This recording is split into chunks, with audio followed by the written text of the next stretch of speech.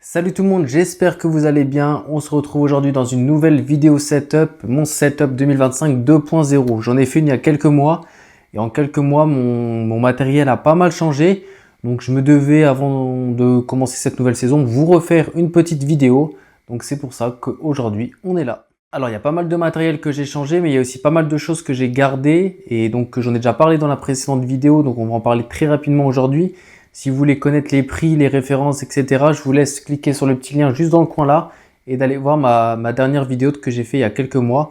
Et dedans, tout le matériel, même si vous voulez connaître mon matériel que j'avais avant, vous pouvez tout retrouver dans la dernière vidéo. On va commencer avec mon sac à dos qui lui n'a pas changé. Donc c'est un Tarion Pro. Donc c'est un gros sac que j'ai payé environ 100 €. Je connais plus la référence exactement. Vous pouvez, comme je l'ai dit, retrouver dans la dernière vidéo. Alors c'est un sac que j'aime beaucoup parce que je peux mettre beaucoup de choses. Il y a énormément de poches un petit peu de tous les côtés. Donc franchement, j'arrive à mettre tout mon matos rentre dedans. Donc ça, c'est vraiment agréable. Qu'est-ce que j'ai alors dans ce sac à dos une fois qu'il est plein? Alors pour commencer, j'ai sur le côté, comme d'habitude, comme j'en ai déjà parlé beaucoup de fois dans toutes mes précédentes vidéos, une petite chaise de camping de chez Decathlon, toute simple. Ça me permet tout simplement de m'asseoir. Niveau confort et niveau prise de vue, c'est vraiment le top. Ça coûte 5 €, 10 € peut-être à Decathlon. Franchement, je vous le conseille. Ensuite, à côté de ce sac à dos, j'arrive à rentrer un monopied. Alors celui-ci, en l'occurrence, c'est un Manfrotto. Pareil, ça fait des années que je l'ai. Je pense que je l'ai payé peut-être 30 € à l'époque. Peut-être qu'aujourd'hui, il vaut moitié prix avec l'âge. C'est pas le top du top, mais franchement, l'avantage qu'il a, c'est qu'il est tout léger.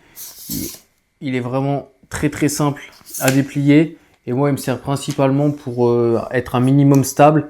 Et surtout au niveau du confort. Franchement, avoir son boîtier qui est posé ici plutôt qu'à bout de bras, comme je l'avais dit dans les anciennes vidéos, c'est vraiment pas négligeable hein, d'avoir un boîtier bien lourd pendant 2 heures à bout de bras ou alors avoir posé sur ce petit truc qui pèse même pas 1 kg.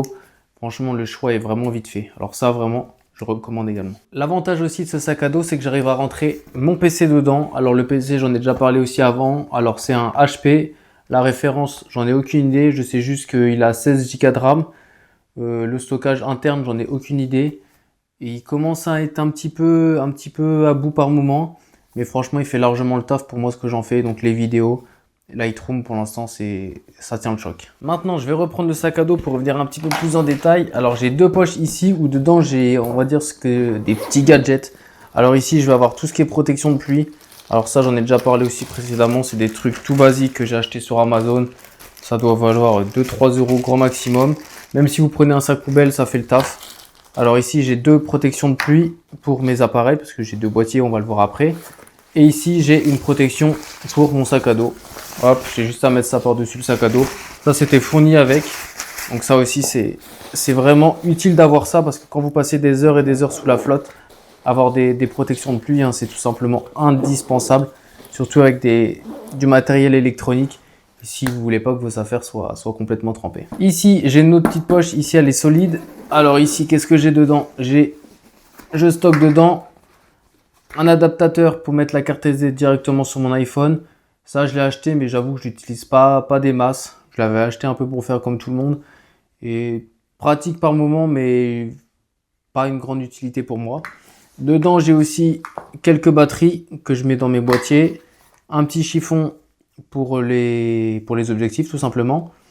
Une carte de visite. Je sais pas ce qu'elle fait ici. J'en ai une seule. Elle est ici. Hop, je la mets là. Et j'ai aussi comme ça un petit adaptateur. Alors ça, c'est plutôt pour la vidéo. Mais pareil, je l'utilise pas souvent. C'est pour brancher une caméra sur le dessus de l'appareil et faire des petites vidéos POV. Grosso modo, j'emmène que ça comme accessoire dans mon sac à dos, c'est déjà pas mal. Rien que ça fait déjà un petit peu de poids si on prend le PC, la chaise, le monopied. Bon, les protections de pluie et les batteries, c'est pas ce qui pèse le plus lourd, mais c'est toujours ça et ça prend toujours un petit peu de place. Maintenant, on va passer aux objectifs. Alors, avec moi, j'emmène toujours 4 objectifs. Donc, il y a eu un petit peu de changement par rapport à la précédente vidéo. Je vous avais présenté un 50 mm 1.8. Je l'ai plus. Je l'ai vendu parce que tout simplement, c'est un truc qui me servait pas souvent. À voir si j'en rachète un dans le futur, un 1.4. Mais franchement, c'est pas du tout sûr. Donc, j'ai plus le 1.8, mais il a été remplacé par un autre objectif que je vais vous présenter juste après. Mais pour commencer, le premier objectif que j'emmène avec moi, j'en avais déjà parlé encore une fois dans la précédente vidéo. Lui, il n'a pas changé. Je l'ai depuis peut-être 2 ans maintenant. C'est un 10-20 mm de chez Sigma, ouverture f4 5.6. L'ouverture elle est un petit peu pourrie, mais franchement avec le flash ça passe largement. Et l'avantage que cet objectif a, c'est qu'il est tout petit, c'est un ultra grand angle. Après, je sais même pas si c'est considéré comme un ultra grand angle. Franchement ça c'est une bonne question. L'avantage pour moi du coup c'est que j'utilise comme un grand angle 10 mm. Par contre, désavantage, c'est qu'il est compatible que sur les appareils APS-C. Deuxième objectif que j'emmène tout le temps avec moi, c'est un 18-50 mm f2.8. Alors, comme vous pouvez vous imaginer, franchement, les points forts de cet objectif, c'est qu'il est relativement tout petit. Je pense qu'il fait même pas une dizaine de centimètres. Et surtout, son gros point fort, c'est le 2.8. C'est vraiment quelque chose qui est sympa. Je peux même faire du portrait avec. Donc, vraiment un très bon objectif que j'ai pas payé cher. Je pense que je l'ai payé, je sais plus exactement, 100, 120 euros, quelque chose comme ça d'occasion. Après, au niveau des désavantages, c'est que c'est un truc qui est un petit peu vieux. Ça commence un petit peu à se voir. La mise au point est pas tip top. Et surtout, le dernier gros désavantage, c'est qu'il est également compatible que sur les APS-C. Ensuite, mon objectif principal, celui qui me sert le plus souvent, je l'avais également dans la précédente vidéo. Donc, c'est un 70-200 f 2.8. Stabilisé, c'est la première génération du stabilisé. Ça, c'est vraiment l'objectif entre guillemets indispensable à avoir pour la photo de sport. Franchement, s'il y avait un seul objectif à avoir, c'est celui-là. Alors, niveau tarif, c'est vrai que ça commence à être un petit peu cher. Après, ça, c'est des objectifs qui ont pas loin de 10 ans, je pense. Donc, le prix a quand même fortement diminué. Et avec ça, vous êtes paré pour faire des photos de fou. Franchement, le f2.8 est tout simplement top sur ce genre d'appareil. Compatible APS-C, plein format, tout ce que vous voulez. Vraiment, ça, c'est le top. Sur cet objectif, il y a aussi quelque chose que je rajoute. J'ai ici un filtre polarisant. Alors, ça me sert notamment quand il y a le soleil qui me tape dessus. Par exemple, sur les matchs de foot où j'ai pas le choix, je suis obligé d'avoir le soleil de face. Bah ça, franchement, ça fait quand même le taf. On va dire c'est un petit peu le rôle d'une lunette de soleil, plus ou moins. Ça atténue, ça polarise vraiment l'image et c'est vraiment sympa. Et ça me sert aussi pour au niveau quand je prends des voitures, au niveau des pare-brises, pour avoir des reflets qui sont un petit peu différents ou justement ne pas avoir de reflets dans le pare-brise. C'est vraiment quelque chose qui est sympa. Et l'avantage de ce filtre, c'est qu'il est du même diamètre que celui sur le 10-20 mm. Alors je peux interchanger les filtres sur l'un et sur l'autre sans avoir à en racheter. Par exemple sur celui-là, j'ai un filtre juste de protection. Et sur celui-là, j'ai un filtre polarisant. Et quand j'ai envie de changer selon les situations, je suis pas embêté avec ça. Et enfin, le dernier objectif que j'emmène partout avec moi, c'est le plus gros, c'est le plus lourd et c'est le plus récent que j'ai acheté. C'est le 150-600 f5 6.3 de chez Sigma. Il est tout simplement énorme. Vous pouvez voir la taille. Je pense qu'au niveau du poids, on est entre 2 et 3 kg. Donc il est vraiment très lourd et très encombrant. Franchement, celui-là, une fois qu'on l'a dans le sac à dos, franchement, il se fait vraiment ressentir et c'est vraiment un objectif une fois qu'il est déployé. Regardez la taille de fou. Si on met comme ça et qu'en plus de ça, je rajoute un pare-soleil, regardez la taille qu'il fait. C'est énorme et c'est extrêmement lourd. Franchement, pour le foot, c'est vraiment un objectif qui commençait à devenir indispensable parce qu'on se retrouve quand même vite limité au niveau de la distance avec celui-là, vu qu'on est qu'à 200 mm au max. Alors qu'avec celui-là, à 600, je peux vraiment aller shooter à l'autre bout du terrain. Après, au niveau des points faibles, hein, il y en a forcément, hein, c'est pas un objectif professionnel ultra cher. Donc c'est vraiment l'ouverture à 6.3 de nuit dans un stade mal éclairé. Je pense qu'on peut avoir quelques problèmes. Mais de jour, pour du foot, pour du sport, pour de la voiture, pour même de l'animalier, franchement, c'est vraiment le top. C'est un objectif que j'ai payé 500 euros d'occasion une nouvelle fois. Tout ce que j'ai ici, quasiment tout est d'occasion parce que c'est beaucoup moins cher. Parce que ça, neuf, je pense que vous pouvez faire x2 et sur tous les objectifs, vous pouvez faire x2. Sur tout le matériel, de manière générale, vous pouvez faire x2 le niveau du prix. Et enfin, pour finir, on va parler de mes appareils photo. Alors, je reçois énormément de messages sur Instagram et même sur YouTube qui me demandent qu'est-ce que j'utilise comme boîtier. Alors, j'en ai deux. Si vous vous rappelez bien, dans la dernière vidéo, je vous avais présenté, j'ai un appareil que j'ai toujours, je ne sais plus si je l'avais présenté ou non, mais c'est un 1300D Canon. C'est mon premier boîtier que j'ai depuis 2017. Alors c'est un boîtier que j'utilise plus du tout, mais je l'ai toujours et je le garde pour le souvenir. Dans la dernière vidéo, je vous avais présenté un boîtier que je venais d'acquérir à l'époque, c'est un Canon R10. Alors je l'ai toujours, il me sert toujours. Je vous avais dit que c'était mon boîtier secondaire, je crois, si je dis pas de bêtises. C'est toujours le cas aujourd'hui. Franchement, un petit boîtier hybride APS-C de 24 millions de pixels, franchement, qui fait largement l'affaire. Au niveau de la rafale, on a une rafale de fou, on peut aller à plus de 15 images par seconde. Donc, franchement, ça me convient largement. Sur cet appareil, j'ai été obligé d'y rajouter une petite bague d'adaptation, adaptatrice, je ne sais plus comment on dit.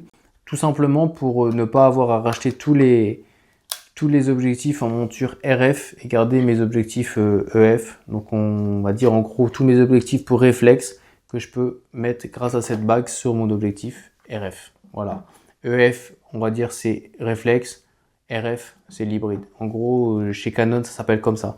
Dans les autres marques, chez Sony, Panasonic, Nikon, tout ça, je ne sais pas les termes qui sont utilisés, mais chez Canon, c'est comme ça. Dans la dernière vidéo, donc, je vous avais dit que celui-ci, c'était mon boîtier secondaire parce que j'avais un autre boîtier principal. C'était un Canon 90D. Alors, ce boîtier, je l'ai vendu. Je l'ai plus depuis environ un mois. Et je l'ai vendu tout simplement parce que je l'ai remplacé par un autre boîtier en hybride. Cette fois-ci, on est sur un Canon R8. Alors là, la grosse différence de tous les boîtiers que j'ai eu depuis le début de ma carrière en photo, entre guillemets, c'est que celui-ci, c'est un plein format. On est sur un plein format de 24 millions de pixels, je crois. La rafale, on doit être à plus de 15 images par seconde aussi, je ne me rappelle plus exactement. C'est un boîtier que j'ai acheté quasiment neuf. Je l'ai acheté d'occasion dans une boutique. Il avait moins de 1000 déclenchements et c'est un objectif, je vous dis le prix, je l'ai payé 1130 €. 1130 € pour un truc qui est quasiment neuf, et neuf on rajoute je pense qu'il est à 1000, je crois qu'il est à 1809. Donc franchement vous voyez, juste pour 1000 déclenchements pour un hybride c'est rien du tout. Donc franchement c'est vraiment une grosse économie que j'ai faite. Et pareil sur celui-ci, j'ai une bague adaptatrice RF EF pour mettre tous mes objectifs dessus. Ce boîtier je l'ai depuis un mois environ, donc j'ai pas encore pu beaucoup le tester, j'ai pas fait beaucoup de sorties avec. Mais on va le tester ensemble dans les prochaines vidéos parce que ça va être le retour des vlogs. Ça fait longtemps que j'en ai pas fait. On va aller sur circuit, on va aller dans les stades et on va pouvoir tester tout ce matos et pouvoir commencer cette nouvelle saison 2025-2026 dans les stades et sur les circuits. Et ça vraiment, ça fait extrêmement plaisir. Voilà, on arrive à la fin de cette vidéo. J'ai essayé de faire une vidéo la plus courte possible, la plus simple. Je suis pas du tout un spécialiste du matériel photo. Franchement, je suis loin d'être un vendeur de la Fnac ou de je ne sais quoi. Je suis pas du tout spécialisé dans ça. Alors, si vous souhaitez voir des vidéos de test plus en détail, je vous conseille d'aller sur YouTube. C'est bourré de vidéos super intéressantes pour tout le matériel que j'ai. C'est des trucs ultra courants que vous pouvez retrouver partout. Si cette vidéo vous a plu, n'hésitez pas à vous abonner à cette chaîne, à liker cette vidéo et à me poser toutes vos questions et me faire tous vos retours par commentaire. Je serai très heureux d'y répondre. Quant à moi, je vous dis à bientôt. Je vais essayer de refaire des vidéos très prochainement, sûrement des vlogs ou des petits tutos, mais sur le terrain. On va faire un petit peu moins de vidéos face cam, on va sortir dehors. La saison a repris, donc on va sortir un petit peu d'ici. Moi, je vous dis à bientôt et je vous souhaite une bonne journée. Ciao, ciao!